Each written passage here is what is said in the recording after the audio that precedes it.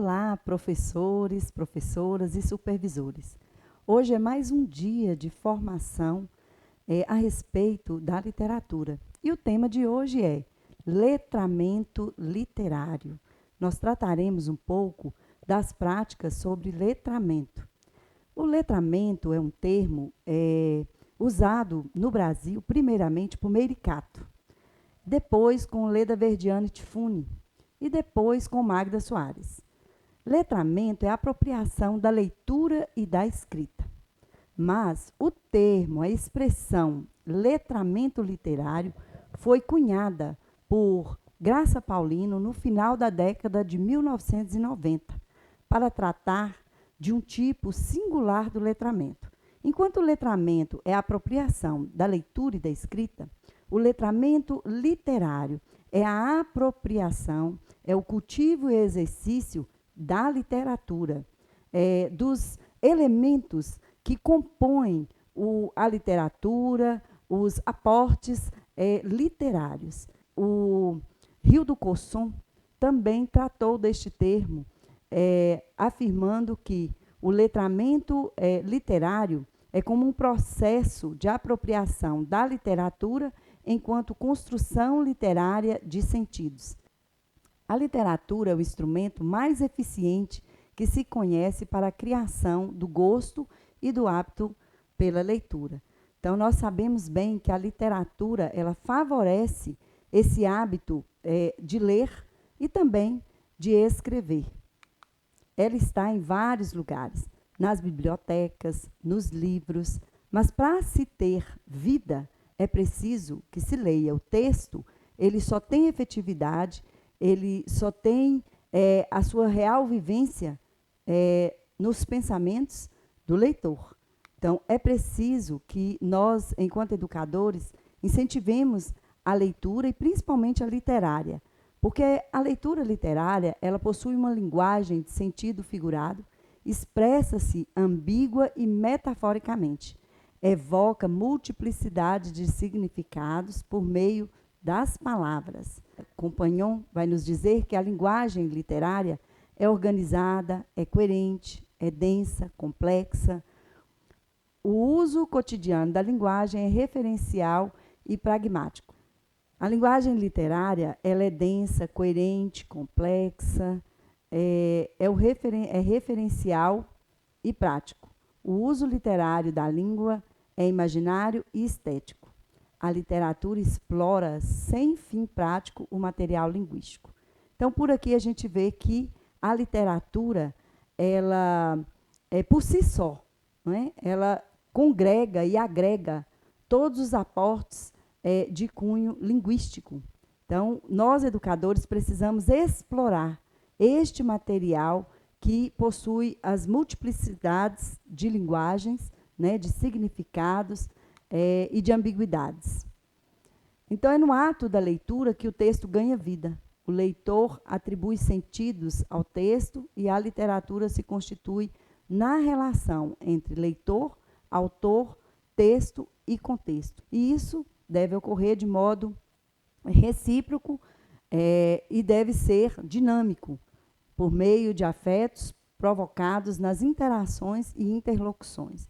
Então, foi como eu falei, o ato da leitura é pensar o pensamento de outros. O texto, segundo Antônio Cândido, ele tem vida porque o leitor o faz viver. Né? Então, é preciso que se leia, é preciso dar vida a esse texto que está nos livros e os livros nas bibliotecas. Ele é um sistema vivo de obras agindo umas sobre as outras e sobre os leitores. Então, nós sabemos que existem os escritores, existem os leitores, existem as obras, os textos, e os textos se comunicam. Há semelhanças nos textos. Não é? Então, nós percebemos que a verossimilhança ocorre justamente por obras que se comunicam umas com as outras, em que os escritores, os leitores, se apropriam, não é? E em rodas de conversa, em círculos de leitura, têm a oportunidade de fazer o texto se tornar vivo quando leem, mas também quando compartilham aquilo que leu. Eu vou agora apresentar para vocês um livro, e nós vamos para a parte prática agora. explorar um pouco acerca das imagens, do texto, do que o livro nos traz. Porque o letramento literário é esse cultivo e esse exercício do que é literário, do texto em si que vem ali nos livros. Então, deixe-me mostrar um livro aqui para vocês. Vou apresentar e quero seduzi-los a ler. Este livro, do autor Lelis, Hortência das Tranças, é um livro muito bonito. Ele é escrito em versos e conta a história da Hortência. A Hortência, ela deixa tudo preparado em sua casa, né, pega a sua mala com livros e vai a um lugarejo contar história para as pessoas. Então, eu vou ler essa parte aqui.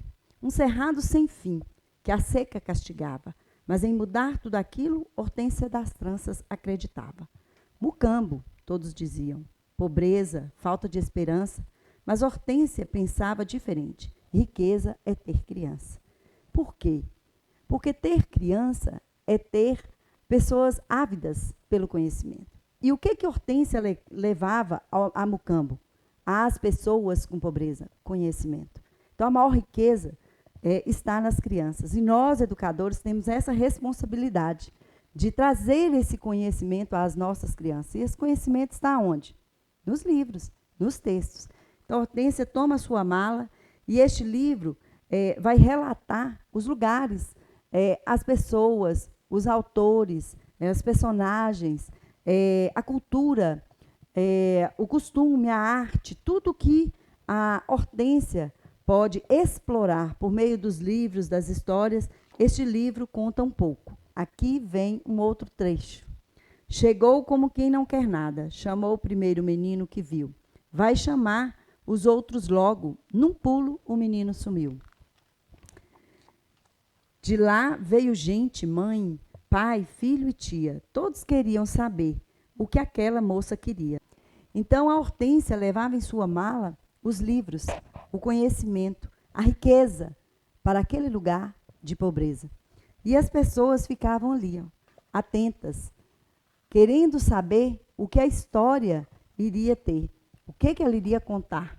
E aqui o livro vem contando sobre Cuca, Curupira, Saci, Quixote, os irmãos Grimm, Zé Rebelo, Riobaldo, Diadorim. Então, assim, este livro, para se explorar, né, enquanto texto, enquanto imagem, ele tem verossimilhança com vários outros textos, a começar da cultura, da terra, do piqui, né, principalmente nós aqui de Minas Gerais, de Montes Claros. O autor, ele é montes clarense, então é preciso contextualizar, né, de onde que vem essas expressões. Aqui o livro traz sobre Monteiro Lobato, sobre os contos maravilhosos, que são os contos clássicos. Então, possui verossimilhança com outros textos. E aqui explorar um pouco a imagem. Olha só, a Hortência das Tranças, né, com a sua língua comprida, essa linguagem, né, que passa para todos nós, todos os significados, as multissignificações, plurissignificações, tudo que a literatura traz de metafórico, de ambíguo, de rimas, não é? Nós podemos perceber aqui as rimas. Quando a gente lê, a gente percebe a voz masculina, a voz feminina, essa voz personificada. Nós, professores, gostamos muito de contar histórias, imitando, fazendo a voz da personagem. O livro tem muito o que se explorar. A língua, ela é repleta de várias expressões, né, que nós, professores, podemos abordar com as crianças. Então, assim, a língua ela é repleta, não é, de textos verbais, escritos, e não verbais, né, as imagens que podem ser exploradas. Então, aqui a gente tem também a expressão, ou o diálogo, né? Moby Dick gritou Hortência das Tranças. Moby Dick gritou Hortência das Tranças, acerca do livro que trata sobre a baleia. Então, aqui a gente percebe essa imagem em que as pessoas estão atônitas. Na verdade, Hortência está lendo o livro para aquelas crianças que chegaram, para aquele pai, aquela mãe, embaixo daquela árvore. E aqui mostra como as pessoas ficam atônitas, né? Espantadas, elas ficam perplexas, porque elas vivenciam esse imaginário. Aqui o livro está mostrando como o pensamento da criança fica, como o imaginário da criança fica. É desta maneira, né, perplexa, com estranheza, acerca do que irá ser tratado. Eu vou aqui para o final do livro, que diz assim: o velho ônibus já no ponto. Dona Hortência, vamos partir? Fica mais, moça dos livros. Posso não, tenho que ir. Riobaldo Scapoli, amoitado no pé de angico, de lá, num grito, negaceia. Minha Hortência, eu fico. O que fica conosco? O conhecimento. O que fica conosco? A aprendizagem. O nosso imaginário, cada um pensa à sua maneira. Cada criança, cada pessoa que lê, ela leva até o livro seus conhecimentos prévios, colhe dos livros aqueles conhecimentos prévios e formula novos conhecimentos. Essa experiência literária, somente a criança, somente o adulto, somente cada pessoa pode dar a si mesma.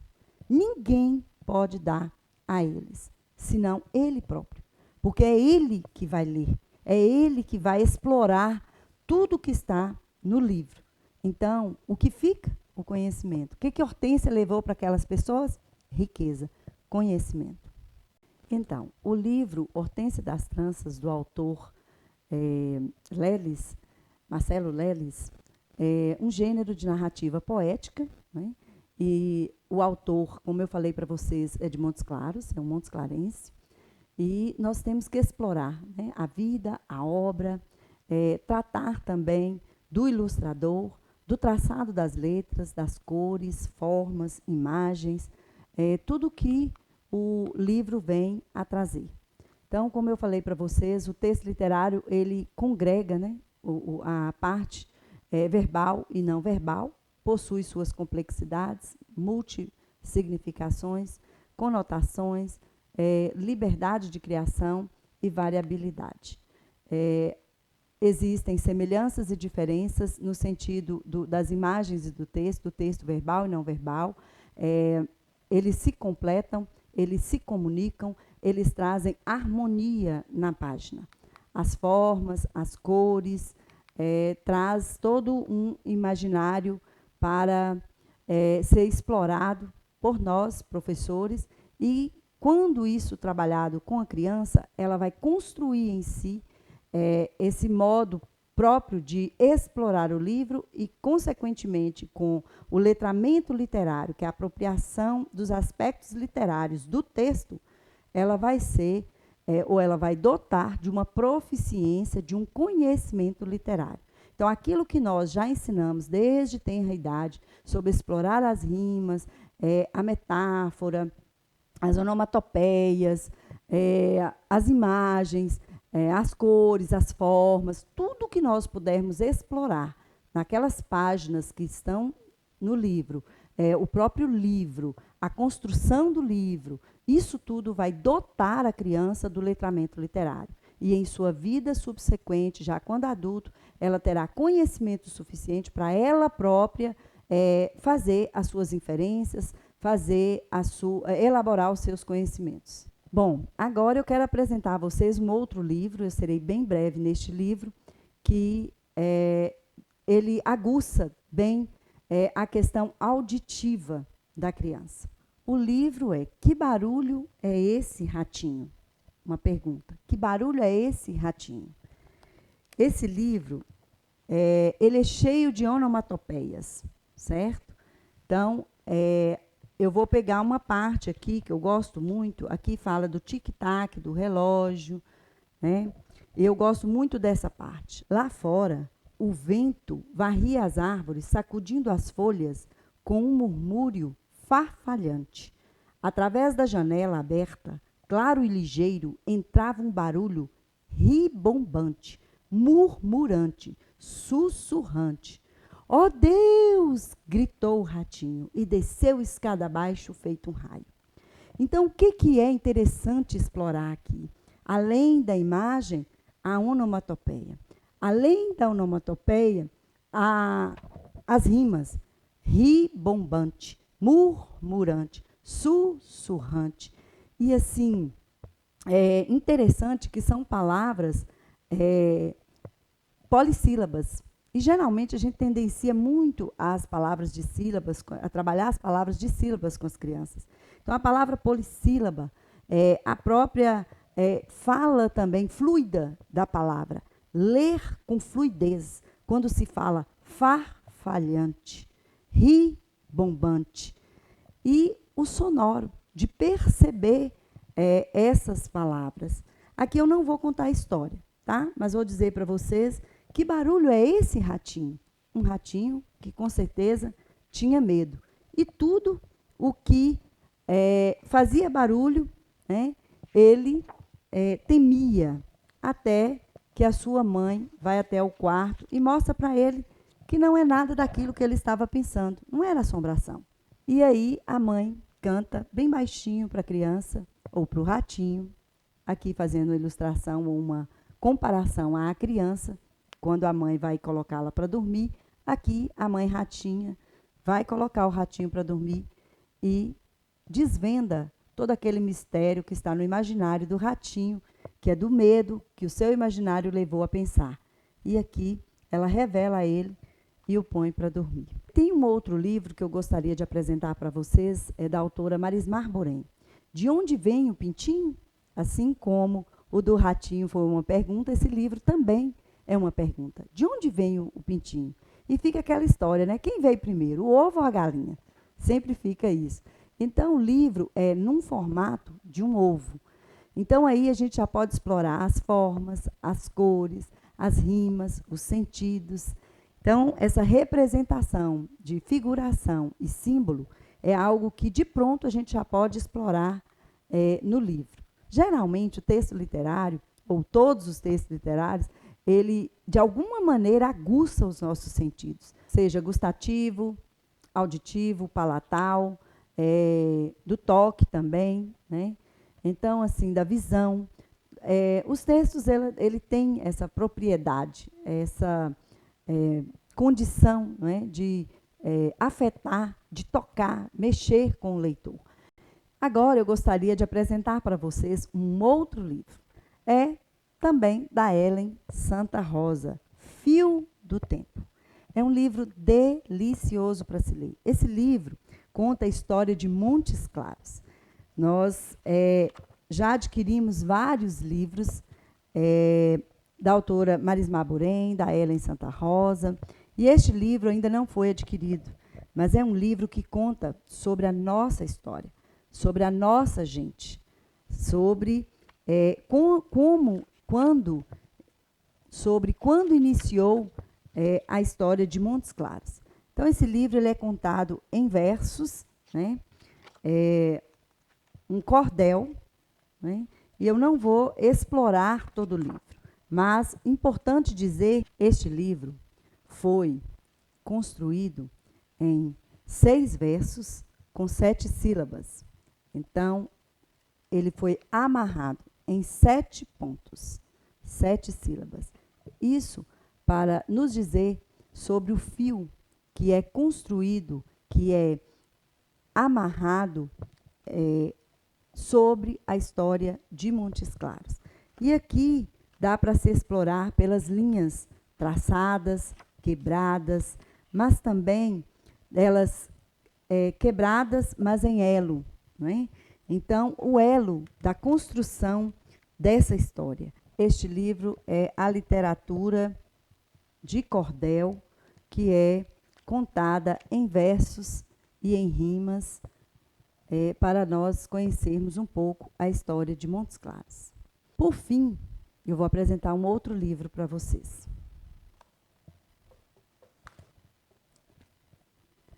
Todos conhecem, O Pequeno Príncipe. Então, pela capa, a gente já pode pensar acerca desse pequeno príncipe. É pequeno em estatura por ser criança, mas quem adulto também pode ser pequeno. Começa pela contracapa, né, a explorar o que pode vir nessa história de um pequeno príncipe, o que tem a relação do pequeno príncipe com as estrelas. E aí a gente vai para essa página aqui. Um dia, o motor do meu avião sofreu uma pane no deserto do Saara. Eu tinha de consertá-lo e precisava ser rápido. A água que eu trazia só dava para 8 dias. Então, o que é o deserto do Saara? Por aqui, nós já podemos explorar com a criança. Tem água lá? Água para 8 dias no deserto? Será que daria para matar a sede? E quando se chega ao deserto, quanto tempo ficaria ali? É fácil achar água naquele lugar? Quando as pessoas viviam no deserto, como elas matavam a sua sede? Aqui é uma outra parte, né, que a gente pode explorar. Nesse livro, por exemplo, né, essa personagem tirando o seu chapéu, mas tira a cabeça também. Quando é que ao tirar o chapéu, tira a cabeça? É algo pela imagem, já de explorar com a criança, sem ler o que está escrito.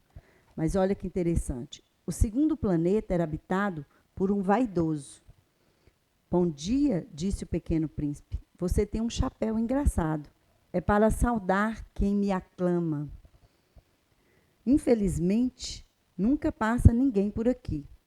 E então acrescentou: bata as mãos uma na outra. O pequeno príncipe bateu suas mãos e o vaidoso fez uma saudação, levantando o chapéu. Você realmente me admira muito? Perguntou o vaidoso. Então, o que significa tirar esse chapéu? O que significa tirar o chapéu para se apresentar, mas tirar o chapéu enquanto vaidade? O que é vaidade? Então, assim, é algo a ser explorado pelas palavras e pelas imagens.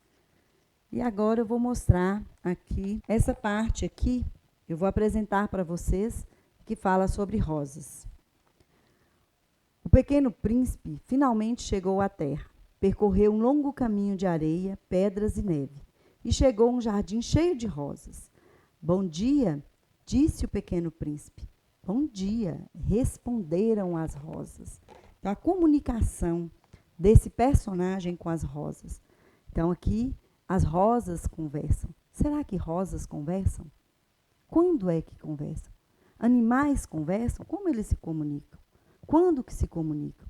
E tratar da personagem que se comunica com coisas, animais e com pessoas. E como que é isso? Quando é que ocorre essa situação em nossas vidas no mundo real? E fazer essa comparação com a criança daquilo que o imaginário permite acontecer e daquilo que é realidade em nossas vidas e que não é possível fazer. Aqui está o meu segredo. É muito simples. Só se pode ver bem com o coração. O essencial é invisível aos olhos. Foi o tempo que dedicou à sua rosa que a tornou tão importante. Os homens se esqueceram dessa verdade, mas você não deve esquecê-la. Você se torna eternamente responsável pelo que cativou. Você é responsável pela sua rosa. Na verdade, nós somos responsáveis por o quê? Pelo quê?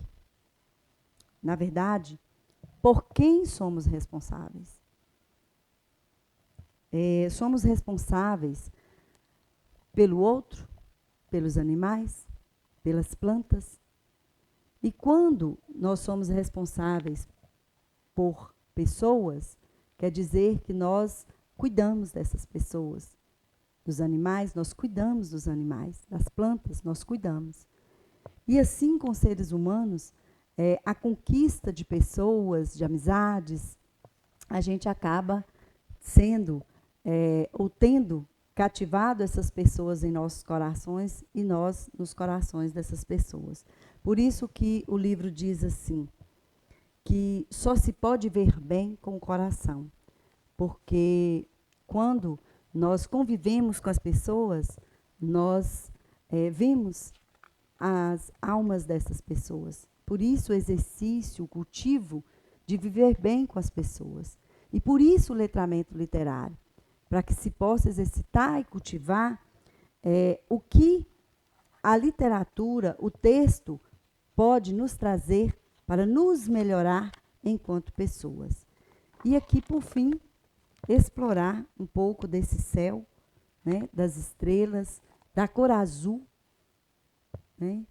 E existe um céu vermelho? Se fosse vermelho, representaria o quê? Se fosse todo amarelo, representaria o quê? Então, é importante no letramento literário explorar as cores, do tom mais claro ao mais escuro, das imagens e das palavras. Como eu falei para vocês, naquele outro texto do Ratinho, do livro do Ratinho, as palavras, né, a sonoridade das palavras. No livro da Ellen Santa Rosa, O Fio do Tempo, as rimas, né, a constituição das estrofes, dos versos. Então, a literatura, ela nos dá essa possibilidade. E é isso que nós devemos formar em nossas crianças, essa capacidade de explorar de capa a contracapa, ao miolo do livro, todos os elementos que a literatura possa nos apresentar, no texto verbal e no texto não verbal. Por fim, eu vou ler um texto para vocês, de um outro autor de Montes Claros. Este texto é um poema do Sivaldo Souza, Sonhos de Concreto. Eu ganhei este livro na segunda Bienal do Livro, e aí eu gostaria de deixar esse poema para todos vocês. Esperança. Quando o peso da vida o tombar ao chão e o mar sangrar e as flores murcharem, olhe para o céu. Ele estará lá. Quando o desespero roubar a fé, a fome bater à porta e o medo oprimir os sonhos, olhe para os céus. Ele estará lá, te olhando. Olhe para o céu. Ele estará lá, te olhando. Quando as lágrimas caírem e o pranto invadir a alma, levando-a à ruína, olhe para o céu, pegue a sua cruz e siga. Então, é um poema de esperança para todos nós. Que tenhamos a esperança de tornar cada dia as nossas crianças letradas literariamente. Um abraço bem forte para todos vocês.